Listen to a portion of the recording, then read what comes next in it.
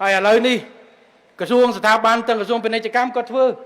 បាទអារឿងបញ្ជីសេវាយើងប្រហែលថ្ងៃមុនក្រសួងមុខងារសាធារណៈប្រាប់ថានីតិវិធីទូទាំងរដ្ឋបាលរបស់យើង3000ជាងកុំថាមើលទៅត្រូវការកាត់អីកាត់ខ្លះទៅកុំទុកចោលកុំទុកច្រើនពេកអាណាគេដាក់អនឡាញដាក់ខ្លះទៅ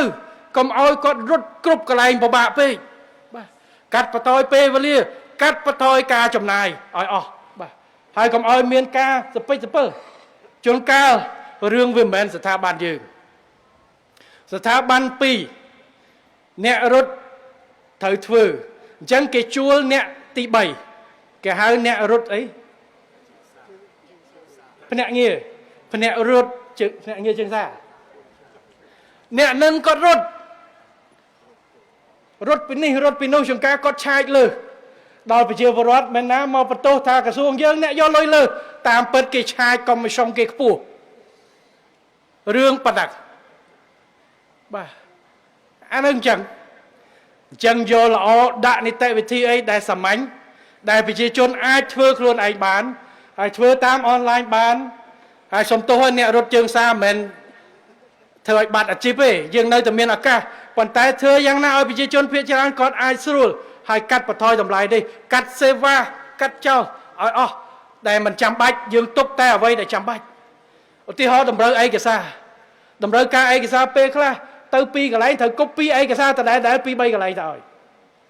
អញ្ចឹងឥឡូវយើងដាក់តាមឯកសារអាប់ឡូតអនឡាញប៉ុបក្រសួងស្ថាប័នទាំងអស់ចែកជាមួយគ្នាតាម CamDX តាមអីទៅអញ្ចឹងសភៅគ្រួសារសភៅសម្បត្តិកំណើតស្អីហ្នឹងដាក់ទៅគឺស្រួលហើយនៅលើហ្នឹងឥឡូវគេមានទៀតឯកសារคล้ายគេមាន verify.com ហ្នឹងឆែកមើលច្បាស់ទៀតមិនទៀតតិចមានបាក់ឌុប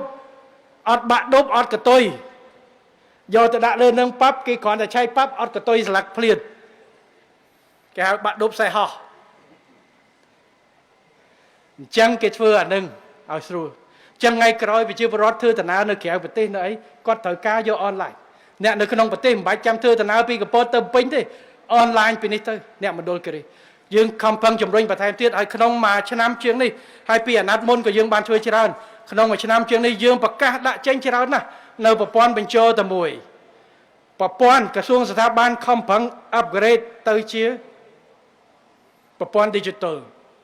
ឥឡូវទៅសុំធ្វើ hypothesis អីរឿងដីរឿងអីហ្នឹងចូលទៅក្រសួងដែនដីហ្នឹងគឺសុំតាមអនឡាញហើយក្រសួងអាចមើលដឹងថ្ងៃនេះអាទិត្យនេះគេដាក់ hypothesis ប្រមាណលានពាន់លានអីក្នុងមួយខែយើងឃើញចរន្តលុយវិលរឿងសេដ្ឋកិច្ចរឿងអីហ្នឹងយើងមើលដឹងទៀតបាទក្រសួងពាណិជ្ជកម្ម register online បាទក្រសួងសាធារណការចង់បានលេខឡានលេខម៉ូតូដាក់បាច់ចាញ់បាត់បាទចង់បានលេខល្អអីលេខល្អខ្លះថ្លៃជាងឡានទៀតបាទលេខមួយនោះខ្ញុំសួរ$20000លេខ8ខ្ញុំថាយកទៅប្រើចុះថ្លៃជាង Bentley ហងតែគេអាចរក resale ទុកភ្លាមបានទំនើបបែបនេះហើយកាត់បន្ថយឥឡូវទេសចរមកស្រុកយើងអីគាត់ apply e-visa ស្អីចុះមកបាទទៅមុខទៀតយើងឈានទៅដល់ការអាចថាមិនចាំបាច់មានกระดาษទៀតទេនេះហើយគឺជាការសម្រួលនីតិវិធីបូកជាមួយនឹងសម្រួលតាមបច្ចេកវិទ្យាធ្វើយ៉ាងណាឲ្យការដឹកនាំការគ្រប់គ្រងរបស់យើងឲ្យមានលក្ខណៈប្រកួតប្រជែងជាមួយវិស័យឯកជនហើយបើជាសហគ្រាសដែលមានចរិតជាវិស័យឯកជនត្រូវមានអ្នកដែលដឹកនាំនិងរបៀបរបបដឹកនាំនិងសិទ្ធិនឹងការទទួលខុសត្រូវឲ្យដោយវិស័យឯកជនគឺមានឯករាជ្យភាពនឹងការទទួលខុសត្រូវទើបបានជោគជ័យបាទនេះគឺជាអ្វីដែលយើងអត់ត្រឡប់ទៅរូបមន្តពីមុនទេហើយ CEO ថ្មីដែលខ្ញុំនិយាយគឺយើងបើកច្រកទាំងមន្ត្រីទាំងឯកជនប៉ុន្តែឥឡូវគឺយើងផ្ដល់តែ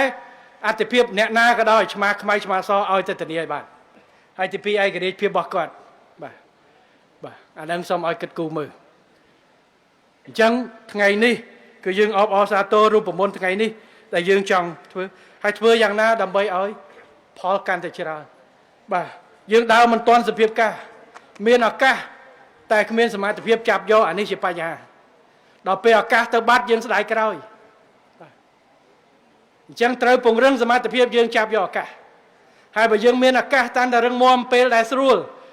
យើងបើខ្លួនយើងកាន់តែរឹងមាំពេលព្យុះមកដល់យើងអាចឈរជើងបានមកមកអញ្ចឹងបានថាពេលដែលស្រួល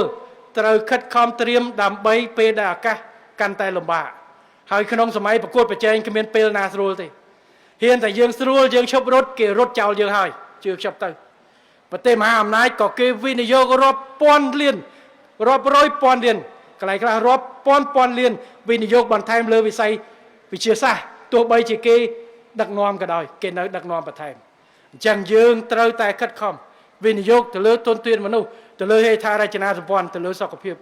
ទៅលើការពង្រឹងរបៀបរបបការងាររបស់ក្រសួងស្ថាប័នរបស់យើងពង្រឹងនីតិវិធីធ្វើយ៉ាងណាដើម្បីឲ្យឆ្លើយតបទៅនឹងការប្រកួតប្រជែងពិភពលោកអត់អាណិតយើងទេមិត្តប៉ុន្តែដល់ពេលចំណេញតំណែងអាជីវកម្មជំទាវចំនិមលអាចយល់ហើយអ្នកបងប្អូនទាំងអស់ដឹងហើយមិត្តបងប្អូនអ្នកដែលមានអាជីវកម្មសំបីតែបងប្អូនគ្នាសាច់ឈាមជាមួយគ្នាតែរស់ស៊ីតតែខំប្រឹងទាំងអស់គ្នាมันអាចបងខំប្រឹងម្នាក់ឯងប្អូនដេកហើយទាញយកបងឲ្យមកអស់ទៅរួចទៅអត់រួចទេឲ្យបងចែកភ្ញៀវមកបងប្រែភ្ញៀវមកដល់ភ្ញៀវមកដល់ហាងប្អូនមកហូបអត់ឆ្ងាញ់បាត់ទាំងពីរនាក់បាទឈប់មកហាងប្អូនហើយឈប់ទៅហាងបងទៀតព្រោះប្រាប់ឲ្យមកចឹងបើហាងប្អូនក៏ឆ្ងាញ់ហាងបងក៏ឆ្ងាញ់អាចជួយគ្នាទៅវិញទៅមកអញ្ចឹងប្រទេសយើងដូចគ្នាដើម្បីឲ្យប្រទេសយើងប្រកួតប្រជែងតើតែក្រសួងស្ថាប័ននីមួយប្រកួតប្រជែងតើតែរដ្ឋបាលថ្នាក់ក្រោមជាតិនីមួយប្រកួតប្រជែងគ្នាដើម្បីទៅអាចរីកទៅបានថ្នាក់ខេត្តថ្នាក់ស្រុកក្រុងថ្នាក់ឃុំរដ្ឋបាលនីមួយខិតខំប្រកួតប្រជែងផ្ដល់សេវាទៅគេទៅនេះហើយគឺជាអ្វីដែលល្អ